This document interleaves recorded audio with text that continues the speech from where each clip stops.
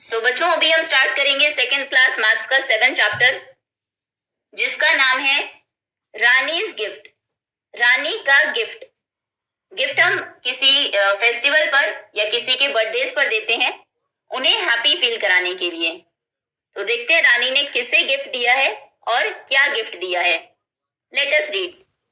Once upon a time, एक बार की बात है, राजा जगदीप वांटेड टू मेक, राजा जगदीप बनवाना चाहते थे अ ब्यूटिफुल कार्व्ड बेड, एक सुंदर कार्व किया हुआ बेड, फॉर हिज क्वीन, अपनी क्वीन के लिए, अपनी रानी के लिए। तो एक बार की बात है, राजा जगदीप अपनी रानी के लिए एक सुंदर कार्व किया हुआ बेड बनवाना चाहते थे। ही कॉल्ड, तो उन्होंने बुलाया, हिज बेस्ट कारपेंटर, अपने सबसे अच्छे बेस्ट कारपेंटर को। कारपेंटर बोलते हैं जो लकड़ी का काम करते हैं, हिंदी में इन्हें बोलते हैं बढ़ई। फ्रॉम द टाउन, तो उन्होंने टाउन से, शहर से अपने सबसे अच्छे कारपेंटर को बुलाया। अब राजा जगदीप कहते हैं, आई वॉन्ट अ बेड, मुझे एक बेड चाहिए, विच इज 10 हैंडस्पैन्स लॉन्ग, जो कितना लंबा हो, 10 हैंडस्पैन्स। हैंडस्पैन किसको बोलते हैं? आप अपने हाथ को स्ट्रेच करिए, देखो इस तरीके से। तो पूरा स्ट्रेच करने के बाद आपके लिटिल फिंगर का जो टिप है और थंब का टिप, इन दोनों के बीच में जो मैक्सिमम डिस्टेंस है, उसे हम बोलते हैं एक हैंडस्पैन। तो ये इतना बड़ा इस बच्चे का एक हैंडस्पैन है। ओके, तो राजा जगदीप ने कारपेंटर को कहा कि मुझे एक 10 हैंडस्पैन्स का, हैंडस्पैन जितना लंबा एक बेड चाहिए। ओके महाराज। ये कारपेंटर है, ये उनके साथ उनका बेटा है।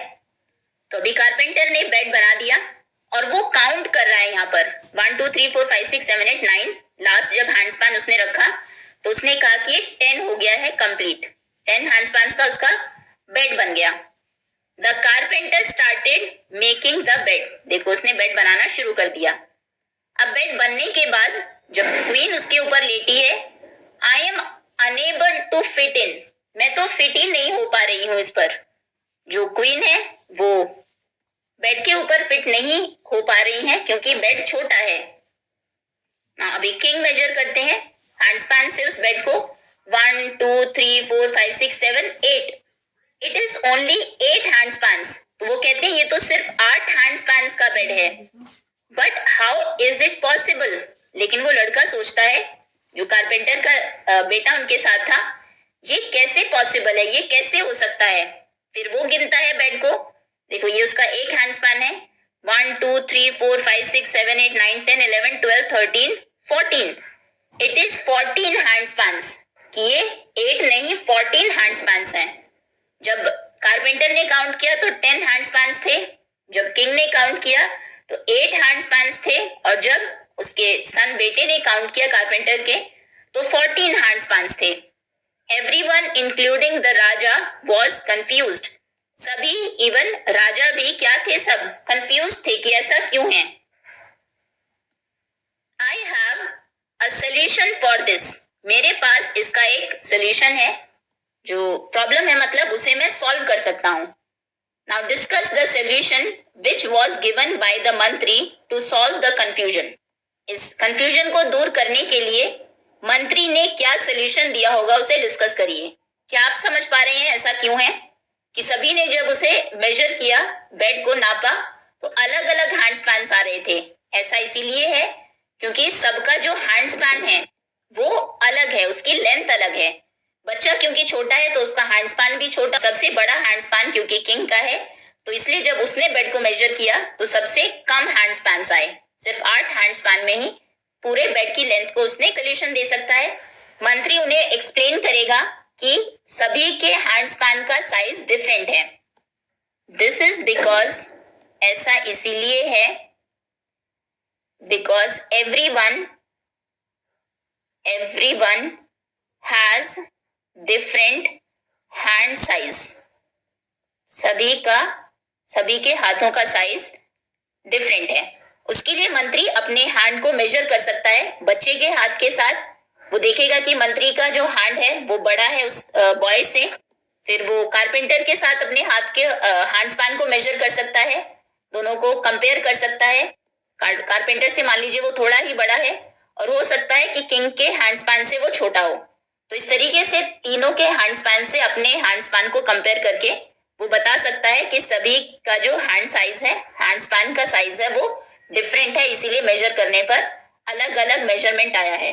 Okay, let us do use your textbook to measure the length of the following objects. अब आपको अपना हैंड स्पैन नहीं यूज करना है, आप अपनी टेक्स्ट बुक को यूज करेंगे। मैथ्स की जो बुक है उसकी हेल्प से मेजर करेंगे इन ऑब्जेक्ट्स को।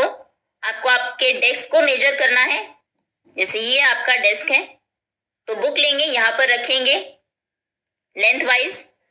ये वन टेक्स्ट बुक हो गया, फिर दोबारा आपने रखी ये सेकंड टेक्स्ट बुक। आप चाहो तो 2-3 बच्चों की टेक्स्ट बुक कलेक्ट कर सकते हो या फिर एक से भी कर सकते हो। एक बार आपने टेक्स्ट बुक रखी, यहाँ पर एक चौक से या पेंसिल से थोड़ा साइन बना लीजिए कि यहाँ तक फर्स्ट टेक्स्ट बुक यहाँ तक आई है। उसके बाद फिर यहाँ से उसको रिमूव करके दोबारा रखिए सेकंड 2 टेक्स्ट बुक्स, फिर यहाँ पर आपने ये साइन लगाया थर्ड एंड फोर्थ। इस तरीके से मेजर करना है कि जब आपने डेस्क को मेजर किया तो कितने टेक्स्ट बुक टोटल कितनी बार टेक्स्ट बुक रखने से उसकी लेंथ कवर हो गई। ओके, पहले एस्टिमेट करिए, मेजर करने से पहले अंदाजा लगाइए, फिर एक्चुअल लेंथ बताइए कितनी है। तो मान लीजिए आपने एस्टिमेट किया कि 3 टेक्स्ट बुक्स में जो आपके डेस्क की लेंथ है वो कवर हो जाएगी, लेकिन जब एक्चुअली मेजर किया तो 4 text books I. 4 bar text books रखने से पूरी जो उसकी लेंथ है वो कवर हो पाई। अब स्कूल के ब्लैक बोर्ड को मेजर करिए। मान लीजिए आपने अंदाजा लगाया था कि 10 टेक्स्ट बुक्स में वो कवर हो जाएगा, लेकिन जब आपने उसे मेजर किया तो उसमें 12 text books I. 12 text books में आपका जो पूरा बोर्ड है वो कवर हो गया। फिर विंडो देखिए, विंडो में आपने सोचा था 4 टेक्स्ट बुक्स, लेकिन जब आपने मेजर किया तो मान लीजिए 4 टेक्स्ट बुक्स ही आई। इस बार आपका जो एस्टिमेशन था, जो अंदाजा था, वो सही निकला। ठीक है, ये आपके आंसर्स डिफरेंट भी हो सकते हैं। हर किसी के स्कूल में डेस्क की लेंथ भी अलग होगी, बोर्ड भी अलग हो सकता है, विंडोज भी अलग होगी। ठीक है, तो डेस्क की लेंथ, ब्लैक बोर्ड की लेंथ और विंडो की लेंथ को आपको मेजर करना है अपनी टेक्स्ट बुक को यूज करके। Next, let us do Kavita is going to the school from her home. Kavita अपने घर से स्कूल जा रही है। ये कविता का घर है, ये स्कूल है। शी इज गेटिंग लेट, और वो लेट हो रही है। Which path should she use, किस पाथ को, रास्ते को वो यूज करे to reach the school fast, school जल्दी पहुंचने के लिए। Mark it in the picture given below, उस रास्ते को आपको मार्क करना है। तो देखो, घर से स्कूल जाने के कितने रास्ते हैं। ये पहला रास्ता है, इस तरीके से वो स्कूल जा सकती है। फिर उसके बाद ये दूसरा रास्ता है, यहां से ऐसे मुड़ सकती है, या फिर ये तीसरा रास्ता हो सकता है, यहीं से आई, वो यहां से भी टर्न ले सकती है।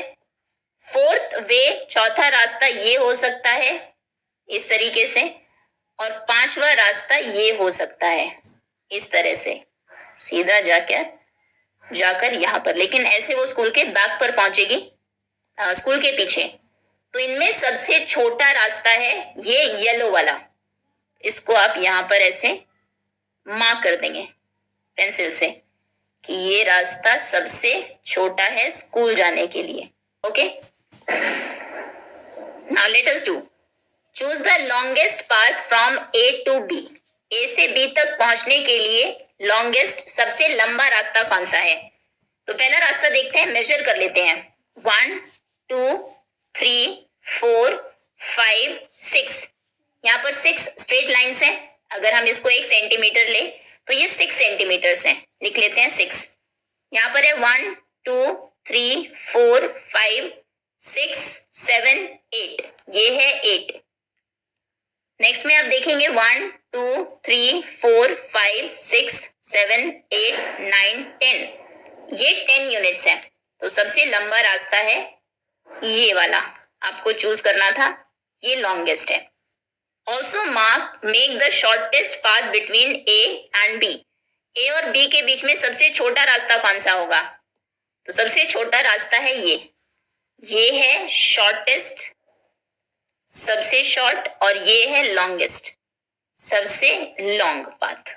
Okay, next, now how many blocks, कितने ब्लॉक्स हैं let me start the blocks and find the height of my toys.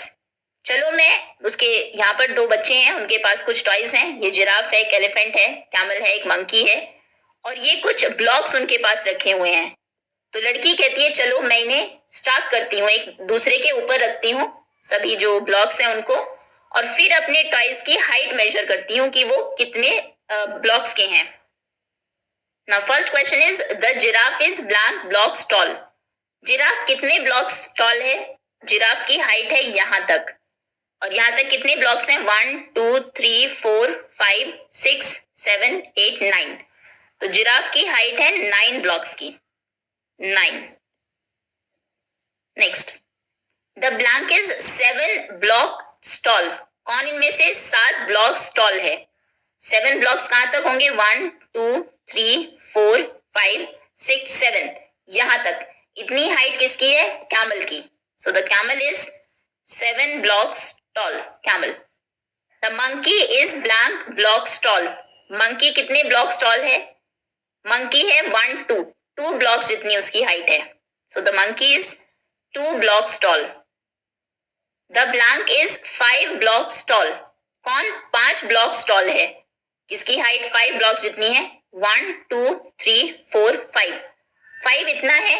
अब इतनी किसी की हाइट नहीं है। आप कहेंगे एलिफेंट की हाइट तो 6 blocks जितनी बड़ी है, लेकिन अगर आप देखो एलिफेंट पहले से ही एक ब्लॉक के ऊपर खड़ा है, तो यानी कि इस ब्लॉक को हटा दीजिए क्योंकि उसने अपनी हाइट बढ़ाने के लिए एक ब्लॉक के ऊपर खड़ा हो गया है। तो हम ब्लॉक्स यहां से काउंट करना स्टार्ट करेंगे, यहां से उसकी हाइट होगी 1 ब्लॉक, फिर 2 ब्लॉक्स, 3 ब्लॉक्स, 4 ब्लॉक्स और 5 ब्लॉक्स।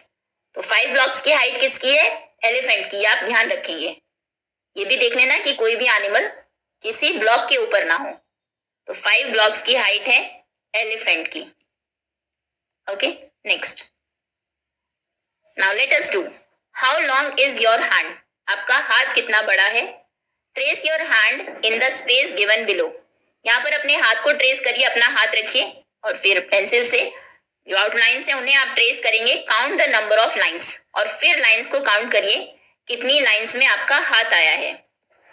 इस तरह से उन लाइंस के ऊपर अपने हैंड को आप ट्रेस करेंगे और फिर लाइंस को आपको काउंट करना है कितनी लाइंस है। सपोज करिए इस तरह से वो लाइंस थी, तो आप काउंट करेंगे 1 2 3 1 2 3 4 5 6 7 8 9 10 11 12 13 14, यहां पर ट्रेस करके और फिर देखिए कितनी लाइंस के बीच में आपका हाथ आया है। प्रोजेक्ट वर्क है find the length of the following using any tool of your choice. इनकी लेंथ आपको फाइंड करनी है। आप इरेजर यूज कर सकते हैं, ब्लॉक्स यूज कर सकते हैं, पेंसिल यूज कर सकते हैं। Any wall of your house, आपके घर की कोई भी वॉल की लेंथ कितनी है? ये पेंसिल से मेजर करेंगे तो ठीक रहेगा। एक बड़ी पेंसिल ले लीजिए और फिर पेंसिल को 1 बाय 1 रखते जाइए और बताइए वॉल की लेंथ कितनी बड़ी है। मान लीजिए वॉल की लेंथ है 20 पेंसिल जितनी। Then length of your bed, आपके बेड की लेंथ कितनी है? मान लीजिए बेड है 15 पेंसिल जितना लंबा। Length of a door, door की लेंथ कितनी है? हाइट की बात नहीं कर रहे हैं, लेंथ की, वो लंबा कितना है। सो मान लीजिए डोर है 10 पेंसिल्स जितना बड़ा। ओके, तो इस तरीके से पेंसिल, इरेजर या फिर कोई भी दूसरा ऑब्जेक्ट आप यूज कर सकते हैं। इनकी लेंथ को आपको फाइंड करना है। अपने घर की कोई भी वॉल, बेड की लेंथ और डोर की लेंथ।